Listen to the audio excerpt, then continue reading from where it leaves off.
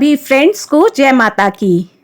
जैसे कि हम जानते हैं कि हर साल की शुरुआत में चैत्र नवरात्रे आते हैं, तो चैत्र महीने की शुक्ल पक्ष की प्रतिपदा तिथि की शुरुआत होने वाली है और इस साल ये तिथि 9 अप्रैल को पड़ रही है।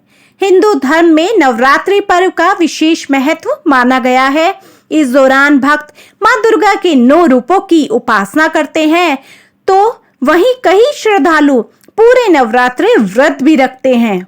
हिंदू धार्मिक मान्यताओं के अनुसार नवरात्रि का उपवास रखने से मनुष्य के जीवन के सारे कष्ट दूर हो जाते हैं। चैत्र नवरात्रि 2024 9 अप्रैल से होगा, तो वहीं इसका समापन 17 अप्रैल को होगा। बता दें कि चैत्र नवरात्रि पर्व चैत्र शुक्ल पक्षी प्रतिपदा तिथि से नवमी तिथि तक मनाया जाएगा। वैदिक पंचांग के अनुसार 9 अप्रैल को सुबह 7:32 तक पंचक रहेगा, यानी पंचक के समाप्ति के बाद घट स्थापना करना शुभ रहेगा और 9:11 पर अशुभ चौघड़िया रहेगा। इस समय पर भी घट स्थापना नहीं होती। पंचांग की गणना के मुताबिक शुभ चौघड़िया 9:12 से शुरू होगा, तो 9:12 से 10:47 तक आप घट स्थापना कर सकते हैं। यह कलश स्थापना का शुभ मुहूर्त है। अगर इस मुहूर्त में आप कलश स्थापना नहीं कर पाए, तो आप ये जो कलश स्थापना है वो अभिजीत मुहूर्त में भी कर सकते हैं। तो अभिजीत मुहूर्त है 9 अप्रैल को सुबह 11:57 से दोपहर 12:48 तक। अब हम जानेंगे कलश स्थापना की सामग्री। चौड़े मुंह वाला मिट्टी का कलश, कलावा, मोली, सुपारी, आम या अशोक के पत्ते, अक्षत यानी साबुत चावल, जटा वाला नारियल, पवित्र स्थान की मिट्टी, 7 प्रकार के अनाज, जल, लाल कपड़ा, फूल और फूलों की माला, कलश को ढकने के लिए ढक्कन। साधक सुबह जल्दी उठकर स्नान ध्यान कर लें और मन में शुद्ध भाव से माता का ध्यान करते हुए विधिवत पूजा आरंभ करें। नवरात्रि के 9 दिनों के लिए अखंड ज्योति प्रज्वलित करें और कलश स्थापना के लिए सामग्री तैयार कर लें। कलश स्थापना के लिए एक मिट्टी के पात्र में या किसी शुद्ध थाली में मिट्टी और उसमें जौ के बीज डाल लें। इसके उपरांत मिट्टी के कलश अथवा तांबे के लोटे पर रोली से स्वास्तिक का चिन्ह बनाएं और ऊपरी भाग में मोली बांध लें। इसके बाद लोटे में जल भर लें और उसमें थोड़ा गंगा जल जरूर मिला लें। फिर कलश में दूब, अक्षत, सुपारी और सवा रूपा रख दें।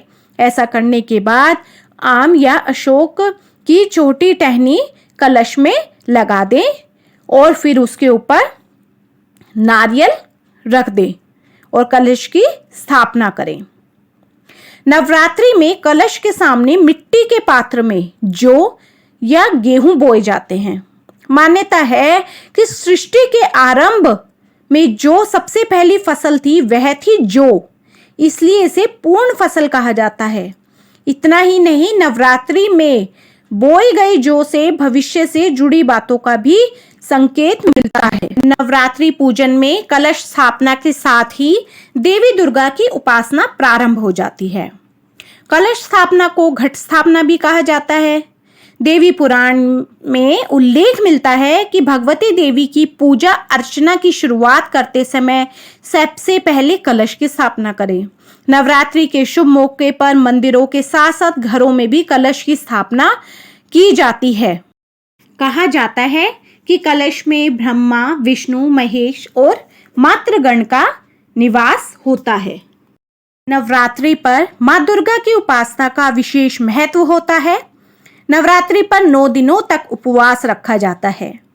नवरात्रि के पहले दिन सुबह घर को साफ सुथरा करके मुख्य द्वार के दोनों तरफ स्वास्तिक बनाएं और सुख समृद्धि के लिए दरवाजे पर आम या अशोक के ताजे पत्तों का तोरण लगाएं। इस दिन सुबह स्नान आदि करके माता दुर्गा की मूर्ति या तस्वीर को लकड़ी की चौकी या आसन पर स्वास्तिक का चिन्ह बनाकर स्थापित करें और चौकी पर लाल कपड़ा बिछाएं।